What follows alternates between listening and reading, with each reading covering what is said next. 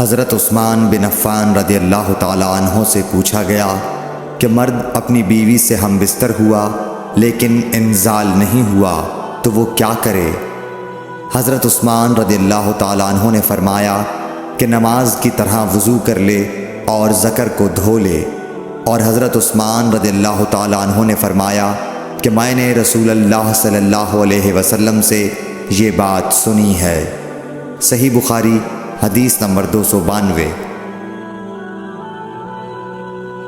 ابی بن کعب نے پوچھا، یا رسول اللہ صلی اللہ علیہ وسلم، جب مرد عورت سے جماع کرے اور انزال نہ ہو تو کیا کرے؟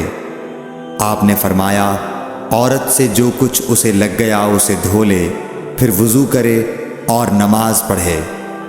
صحیح بخاری حدیث نمبر 293۔ حضرت عائشہ رضی اللہ تعالی عنہ فرماتی ہیں کہ ہم حج کے ارادے سے نکلے، جب ہم مقام صرف میں پہنچے تو میں حائضہ ہو گئی اور اس رنج میں رونے لگی کہ رسول اللہ صلی اللہ علیہ وسلم تشریف لائے۔ آپ نے پوچھا، تمہیں کیا ہو گیا ہے؟ کیا حائضہ ہو گئی ہو؟ میں نے کہا ہاں۔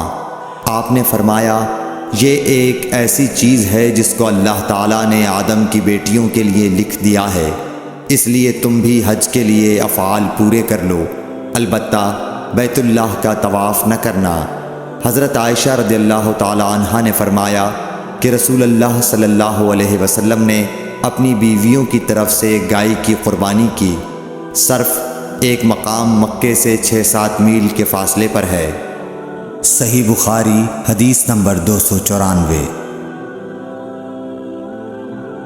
حشام بن عروہ نے عروہ کے واسطے سے بتایا کہ ان سے سوال کیا گیا، کیا حائضہ بیوی میری خدمت کر سکتی ہے یا ناپاکی کی حالت میں عورت مجھ سے نزدیک ہو سکتی ہے؟ عروہ نے فرمایا، میرے نزدیک تو اس میں کوئی حرج نہیں ہے، اس طرح کی عورتیں میری بھی خدمت کرتی ہیں اور اس میں کسی کے لیے بھی کوئی حرج نہیں، اس لیے کہ مجھے حضرت عائشہ رضی اللہ تعالی عنہا نے خبر دی کہ وہ رسول کریم صلی اللہ علیہ وسلم کو حائضہ ہونے کی حالت میں کنگھا کیا کرتی تھیں، اور رسول اللہ صلی اللہ علیہ وسلم اس وقت مسجد میں معتکف ہوتے۔ آپ اپنا سر مبارک قریب کر دیتے اور حضرت عائشہ رضی اللہ تعالی عنہا اپنے حجرے ہی سے کنگھا کر دیتی، حالانکہ وہ حائضہ ہوتیں۔ صحیح بخاری حدیث نمبر 296۔